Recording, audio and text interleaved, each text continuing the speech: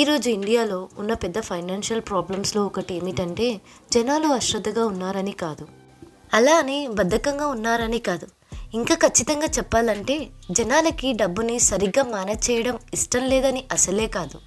అసలు సమస్య ఏమిటంటే ఫ్యూచర్లో వచ్చే పరిణామాల గురించి వివరించకుండా లోన్లు చాలా సులభంగా ఇస్తున్నారు. ఈ రోజుల్లో లోన్స్ అసలు లోన్స్లా అనిపించడం లేదు, అవి సహాయంలా అనిపిస్తున్నాయి, ఒక సపోర్ట్లా అనిపిస్తున్నాయి, ఇంకా చెప్పాలంటే అవి ఒక అవకాశంలా కూడా అనిపిస్తున్నాయి. మీరు మీ ఫోన్ ఓపెన్ చేసి చూస్తే you are eligible for a loan అని మెసేజెస్ కనిపిస్తాయి. మీరు అప్లై చేశారని కాదు, మీరు అడిగారని కాదు, కానీ మీరు అర్హులు అని. సరిగ్గా ఆ క్షణంలోనే మనసులో ఒక ప్రమాదకరమైన విషయం జరుగుతుంది.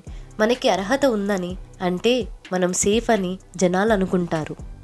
లోన్ అప్రూవ్ అయితే అది మనం కట్టగలమని వాళ్ళు అనుకుంటారు. ఆ అభిప్రాయాన్ని మెల్లగా తొలగించడానికి ఈ వీడియో. నమస్కారం, నా పేరు సెరీనా. వెల్కమ్ టు నిజమా సెరీనా.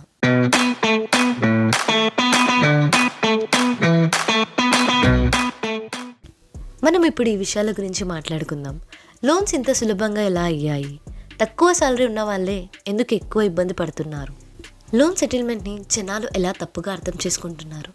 ఇంకా సమయం మించిపోయాక చాలామందికి అప్పుడే ఎందుకు నిజం తెలుస్తుంది?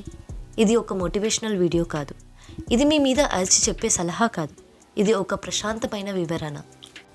మనం బ్యాంక్స్, యాప్స్ ఇంకా సెటిల్మెంట్స్ గురించి మాట్లాడే ముందు అసలు మనం ఆలోచించే విధానం ఎలా మారిందో అర్థం చేసుకోవాలి. ముందు తరం వాళ్ళని చూద్దాం, అంటే మన తల్లిదండ్రుల కాలం. ఆ రోజుల్లో జీవితం ఒక పద్ధతి ప్రకారం సాగేది. ముందు జనాలు డబ్బు దాచుకునేవాళ్ళు. వాళ్ళు ఎన్నో సంవత్సరాలు పనిచేసి కొంచెం కొంచెం డబ్బు పక్కన పెట్టి మెల్లగా లైఫ్లో స్థిరపడేవాళ్ళు. దాచుకున్న తర్వాతే ఖర్చు పెట్టేవాళ్ళు. అప్పటిలో లోన్స్ తీసుకోవడం అనేది మామూలు విషయం కాదు, అవి చాలా పెద్ద నిర్ణయాలు.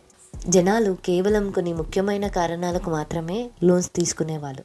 ఇల్లు కట్టుకోవడానికి, కూతురు పెళ్ళిళ్ళు చేయడానికి, పిల్లల చదువులకు మాత్రమే.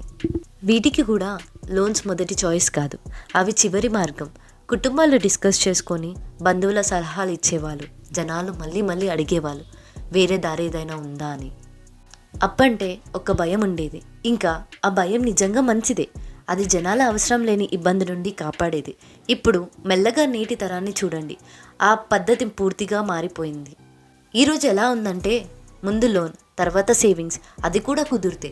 ఏదైనా కొనే ముందు దాచుకోవడం కోసం జనాలు ఆగట్లేదు.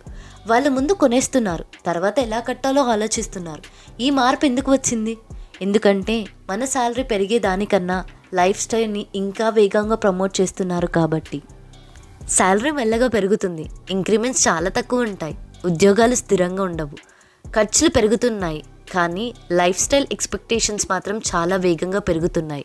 ప్రతి సంవత్సరం ఫోన్స్ మారిపోతున్నాయి, బైక్స్ ఇంకా కార్స్ని అవసరాలుగా చూపిస్తున్నారు, ట్రిప్స్ని రివార్డ్స్ లాగా చూపిస్తున్నారు, పెళ్ళిళ్ళని స్టేటస్ లాగా చూపిస్తున్నారు. వీటన్నిటితో పాటు ఒక మెసేజ్ వస్తుంది, మీరు ఆగాల్సిన అవసరం లేదు అని. ఎలా? ఈఎంఐస్ ద్వారా. ఇంతకుముందు జనాలు నేను ఇది కొనగలనా అని ఆలోచించేవాళ్ళు. ఈరోజు జనాలు దీని ఈఎంఐ ఎంత అని అడుగుతున్నారు. ఇది చాలా ప్రమాదకరమైన మార్పు.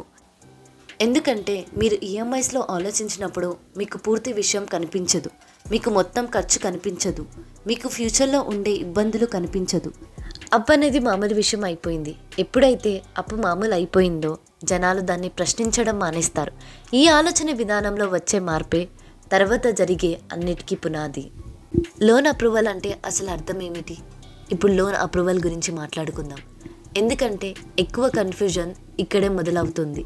ఒక బ్యాంక్ లేదా యాప్ మీ లోన్ని అప్రూవ్ చేస్తే దాని అర్థం వాళ్ళు మీ జీవిత పరిస్థితిని అప్రూవ్ చేసినట్టు కాదు. వాళ్ళకి తెలియదు ఏమిటంటే మీ ఉద్యోగం ఎంత స్థిరంగా ఉందో, మీ మీద ఎంతమంది ఆధారపడి ఉన్నారో, మీకు సేవింగ్స్ ఉన్నాయా లేదో. ఒక మెడికల్ ఇష్యూ వస్తే మీ పరిస్థితి మొత్తం మారిపోతుంది. అప్రూవల్ అనేది ఎమోషనల్ కాదు, అది మ్యాథమెటికల్. బ్యాంకులు యాప్స్ డేటా, ప్రాబబిలిటీస్ ఇంకా మోడల్స్ని వాడుతాయి. అప్రూవల్ అంటే కేవలం ఇంతే, మీ నుంచి మేము డబ్బు తిరిగి రాబట్టుకోవచ్చు అనే నమ్మకం మాకుంది, అంతే. ఇప్పుడు నెలకి 15,000 లేదా 18,000 సంపాదించే వారి గురించి ఆలోచించండి. పేపర్ మీద 4,000 ఈఎంఐ కట్టడం పెద్ద విషయం కాదు అనిపించవచ్చు, కానీ జీవితం పేపర్ కాదు.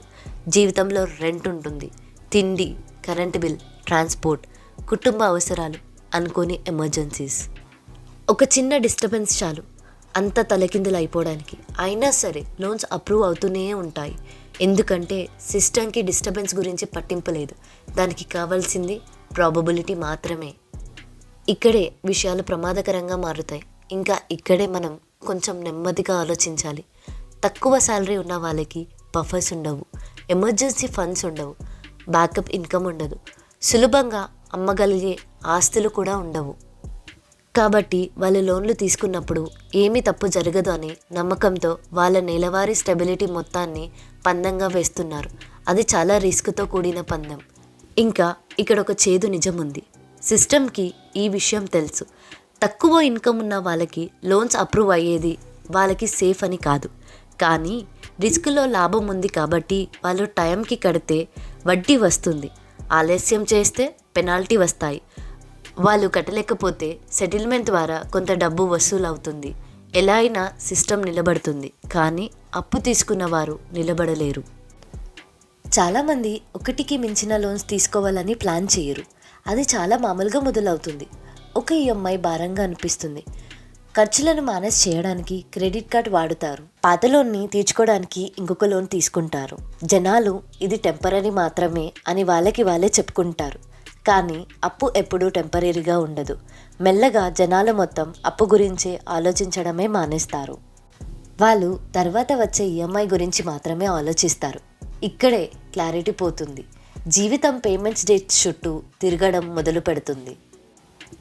డిఫాల్ట్ అనేది డబ్బు లేకపోవడంతో మొదలు కాదు, అది మనశ్శాంతి లేకపోవడంతో మొదలవుతుంది. కాల్స్, మెసేజ్ రావడం మొదలవుతాయి. భయం వెంటాడుతూ ఉంటుంది. జనాలు ఫ్యూచర్ గురించి ఆలోచించడమే మానేస్తారు. వాళ్ళకి కేవలం ఆ ప్రెజర్ ఆగిపోతే చాలు అనిపిస్తుంది. ఈ మానసిక పరిస్థితిని అర్థం చేసుకోవడం చాలా ముఖ్యం.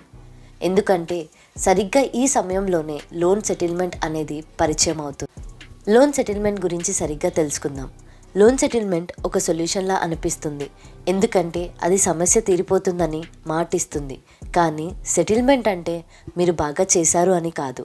దాని అర్థం మీరు పూర్తిగా కట్టలేకపోయారు అని. ఈ తేడా చాలా ముఖ్యం. బ్యాంక్స్ మీ బిహేవియర్ని రికార్డ్ చేస్తాయి, మీ ఎమోషన్ని కాదు.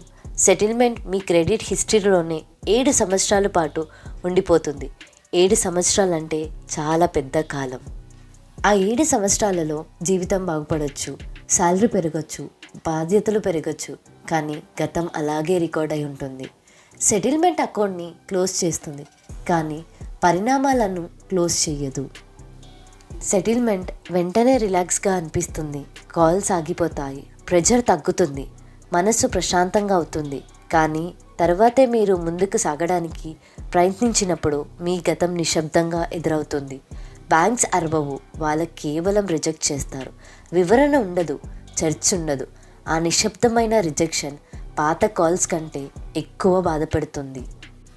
నిజం చెప్పుకుందాం, కొన్నిసార్లు సెటిల్మెంట్ తప్పదు. అది మంచిదని కాదు, కానీ మనం నిలబడడం ముఖ్యం కాబట్టి. కానీ పూర్తి అవగాహనతో ఈ నిర్ణయం తీసుకోవాలి. ఇది ఫ్యూచర్లో లోన్ తీసుకోవడంలో ప్రభావం చూపిస్తుంది. ఇది రీసెట్ కాదు, ఇది జరిగే నష్టాన్ని తగ్గించుకోవడం మాత్రమే. సెటిల్మెంట్ని ఎప్పుడు ఒక సులభంగా తప్పించుకునే మార్గంలో చూడకూడదు. నేను ఇది ప్రశాంతంగా ఇంకా స్పష్టంగా చెప్తాను. లోన్స్ చెడ్డవి కాదు, అవగాహన లేకపోవడమే చెడ్డది. శాలరీ స్థిరంగా లేనప్పుడు సులభంగా దొరికే లోన్స్ చాలా ప్రమాదకరం. తక్కువ శాలరీ ఇంకెక్కువ అప్పు ఉండడం అనేది గొప్ప లక్ష్యం కాదు, అది పెద్ద రిస్క్. లోన్ సెటిల్మెంట్ అనేది విముక్తి కాదు, అది అవగాహన లేకపోవడం వల్ల వచ్చే ఫలితం. నిజమైన పరిష్కారం తర్వాత లోన్ సెటిల్మెంట్ చేసుకోవడం కాదు. నిజమైన పరిష్కారం అవి తీసుకునే ముందే చాలా జాగ్రత్తగా ఉండడం. మీరు ఇక్కడి వరకు చూస్తున్నారంటే దాని అర్థం మీరు కేవలం వినడం లేదు, ఆలోచిస్తున్నారని. ఈ వీడియో ఉద్దేశం మిమ్మల్ని భయపెట్టడం కాదు, ఇది మిమ్మల్ని కొంచెం నెమ్మది చేయడానికి. మీరు తర్వాత లోన్ తీసుకునే ముందు ఇది మిమ్మల్ని ఒక క్షణం ఆగేలా చేస్తే అప్పుడు ఈ వీడియో దాని పని చేసినట్టే.